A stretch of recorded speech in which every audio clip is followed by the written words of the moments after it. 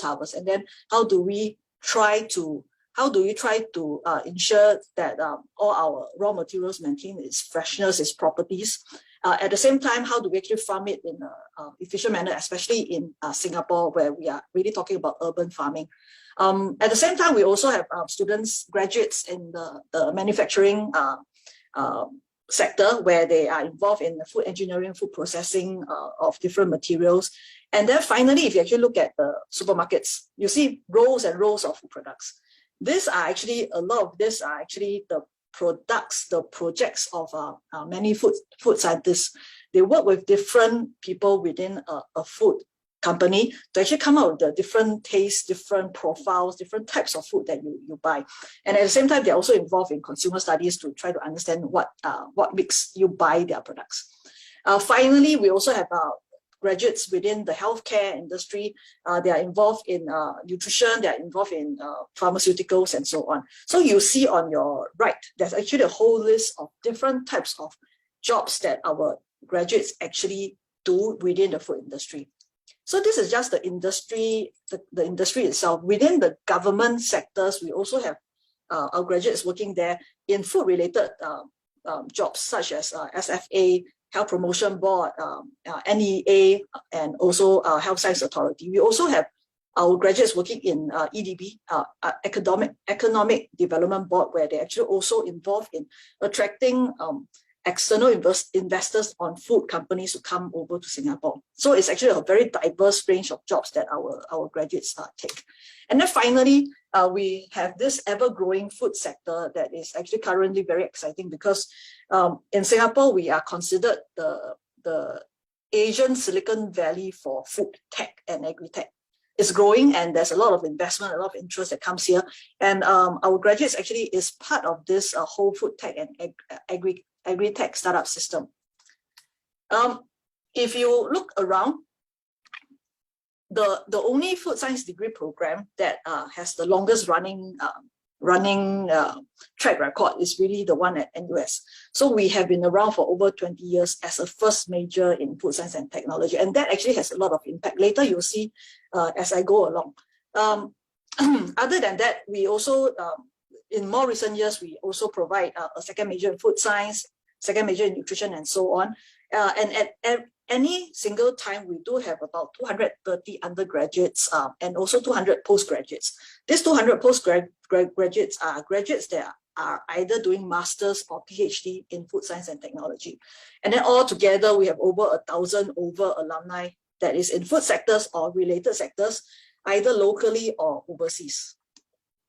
If you come to visit our food science program, you will actually get to meet quite a few academic staff that are involved in different aspects of food science and technology, FST.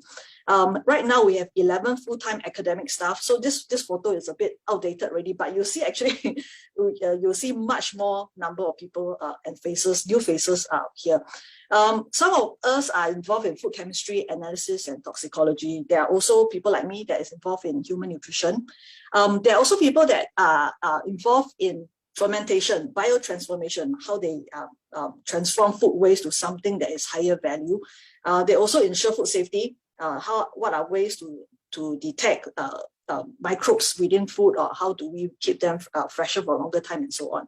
Of course, there's also our food engineers and food that's involved in food processing and so on. So these are actually our full-time staff that are present within our department that does teaching, so that we come and teach our students, as well as doing a lot of top-end research. The research that we do, actually, you might have some impression, because along the way, when you look at newspapers, when you look at social media platforms and so on, you do see a lot of my colleagues talking about different aspects of their science, their research. These are not only just within our local newspapers, but it's also being reported overseas and also on professional food science platforms. Besides this, I would want to also make a point that within the teaching staff, within all the professors that you will be interacting with, it is not just professors that works in research, works in academia. We also have professors that are actually bosses or people from at higher management in the industry. So here are actually our industry professors. What they do is that they actually come in to teach you, the students, certain modules that is relevant to their expertise. Okay, it's actually very important more because they don't just come in and give one talk and then they're gone. They're actually here to design curriculum. They're here to design lab experiences. They are here to design exam questions and so on that are relevant to what the industry currently needs. So here, this group of ladies and gentlemen actually do instill all the industry relevant skills that you will be exposed to.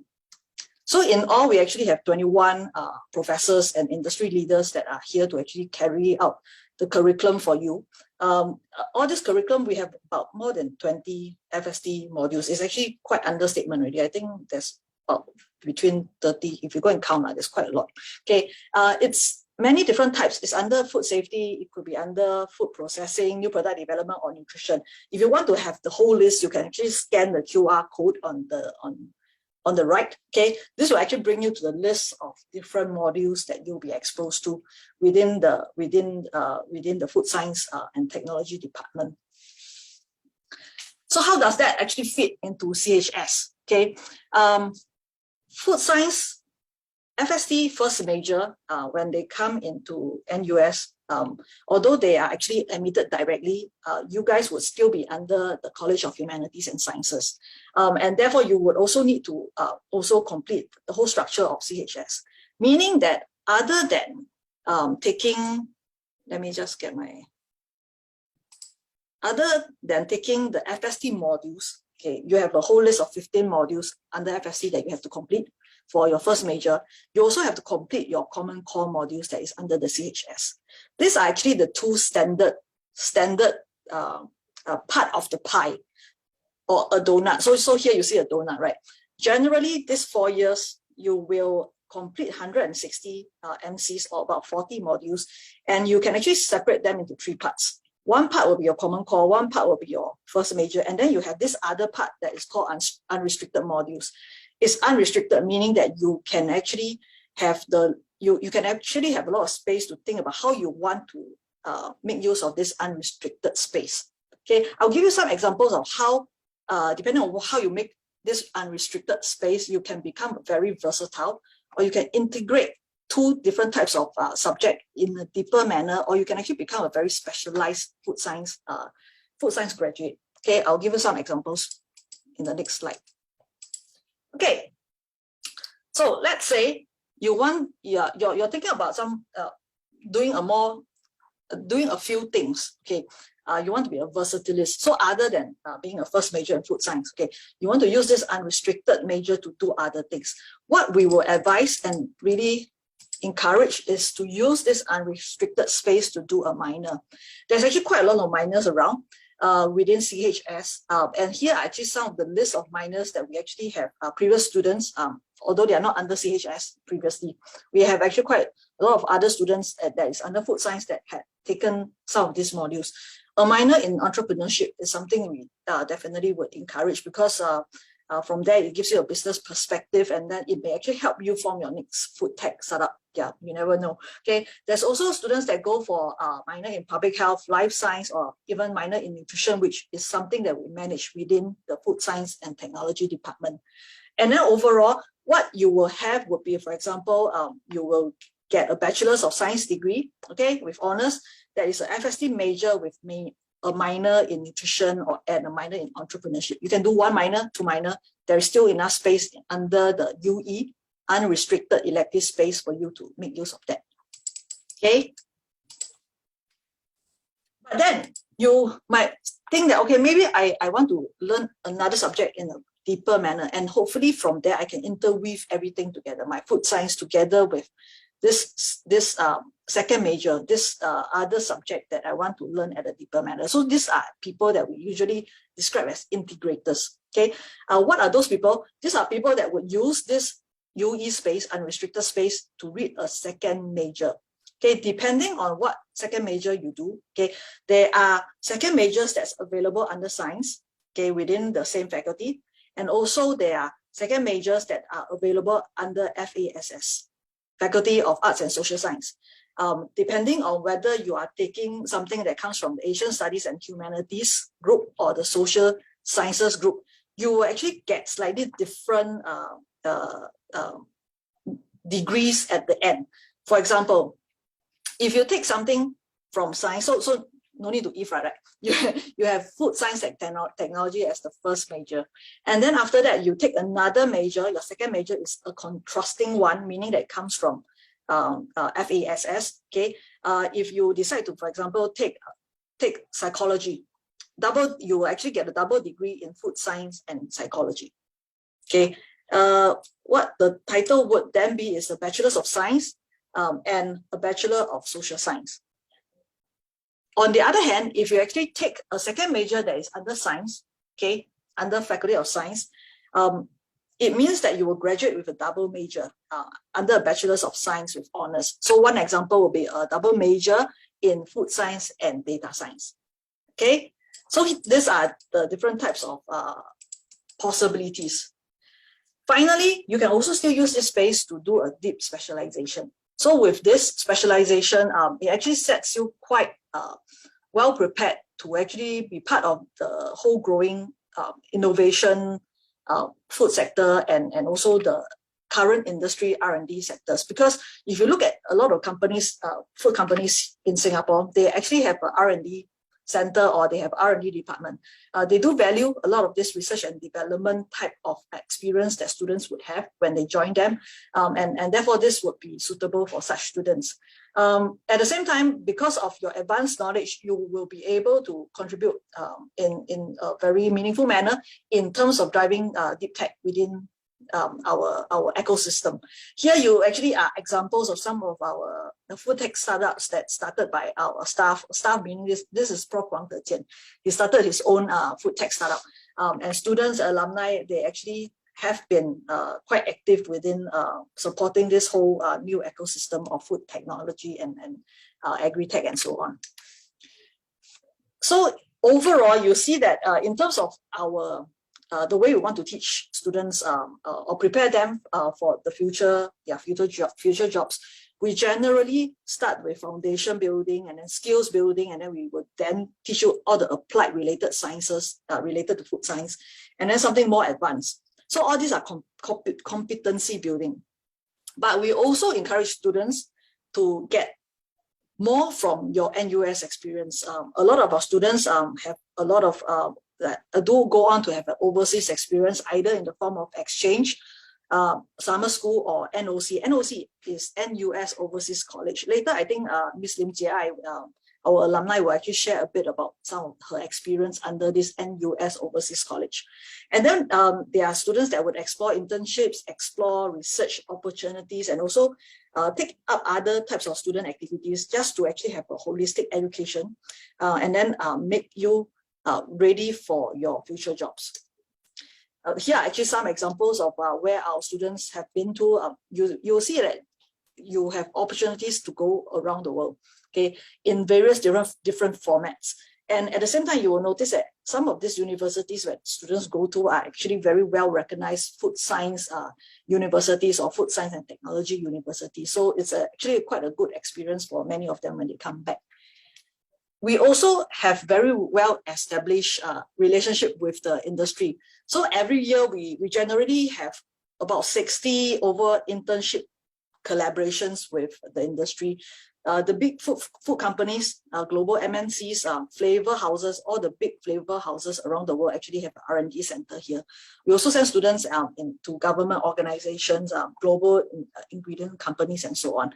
So this companies, actually, these examples here, are companies that we have actually worked with for many, many years. We are around for 23 years. Some of them really, we were working with them since day one. So it's like over 20 years, they know our students, our student quality, and they actually have quite a lot of confidence in how we train our students, because whenever we say we need internships, then our students go and ask them for internships. They are actually a lot of doors that will be open to allow them to take up internships. A part of this can be also seen in the way the industry support our food science students, because they actually do also sponsor scholarships and book prizes. These are some examples of them. There's quite a lot, especially the ones that has this star here that indicates that these are actually book prizes or scholarships that's specific for food science students. You can get more information if you scan the QR code on the site so that you can learn a bit more if you're interested. So overall, at this point, we have more than 1,000 over alumni that is in various different sectors, food sectors and related sectors, either in business development, nutrition, government, food industry. So here are just some examples of it. They are actually part of this expanding food sector. We say expanding because food science and technology, okay, it's from your raw materials all the way to your consumer health and so on.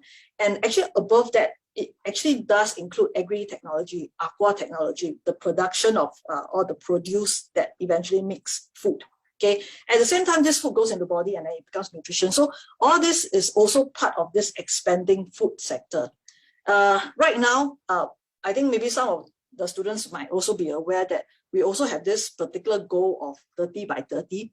We are trying to get 30% of our, trying to be able to produce our 30% of our own food by 2030. So there's actually also a lot of funding, a lot of support, a lot of buzz, really a lot of buzz, interest, okay, in different types of ways to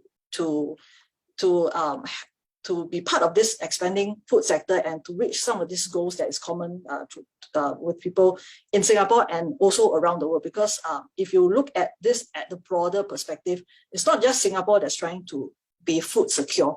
The whole world is trying to do the same thing. And then different countries, different ways, they are trying to find different solutions. So you're not only just learning a skill set that is suitable for Singapore, it's actually suitable for the whole world. Okay, so that's why I hope you would want to consider taking the NUS Advantage, because our first major is actually one of the most internationally recognized food science degree program in Singapore. Okay, and it actually has a proven record with the industry. The industry people know NUS food science students. So when you tell them from NUS food science, they will know. Okay, and then we actually have a lot of flexibility here. With the number of combinations that you can get, you can really find a way to make yourself a very unique person with unique skill sets that can contribute to this expanding food sector. Of course, we often encourage students to have a global experience, have an industry attachment, and so on. So these are actually a lot of the advantages that has already been instilled or set within this whole system, also within a whole CHS system. Okay, so my talk, I think I am at the end of my slides already. So this is actually maybe one of the key slides that some of you would be interested in. One key thing here, a few key things to note first.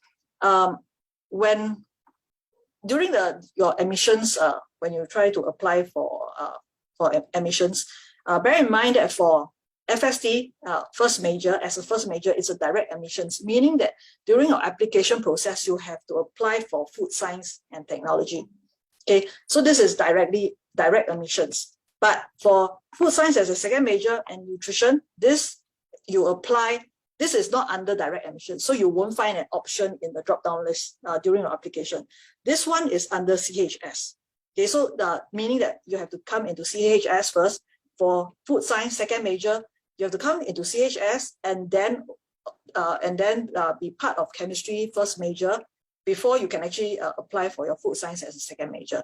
For nutrition as a second major, this is a bit more flexible because students would need to take FST 1101B, the gateway module for food science, and also the gateway module for nutrition, and then they can actually continue on. So that there isn't a cut-off for this. So likely our 100% cohort intake should be enough lah. So, but in comparison, for your first major, there's actually quite limited spaces. It's only up to 60, okay, and it's direct admissions. And then for food science, it's about 20. So this one is the true CHS. This one is also through CHS. Okay. The requirements are similar, meaning that at A levels, you have to have any 2H2 pass that is either chemistry or bio or physics or math or computing. Okay. But if you don't have chemistry or bio as A level or equivalent, then you will have to take a bridging module in your first semester when you join us under CHS. Okay. So this is more or less most of the things that I think would be enough to inform you to have a first thought about whether you want to come and join us at this food science and technology program. We also have an Instagram account. Okay, you can go follow that, and then you can see what are the things that we usually do. Sometimes it's about students, sometimes it's about staff, sometimes it's about the whole program and so on. So you get a more fuller picture. Okay. Right now I don't see there's any questions, but so I will leave. Maybe if you have questions, we can leave it at the end first. I can let Jie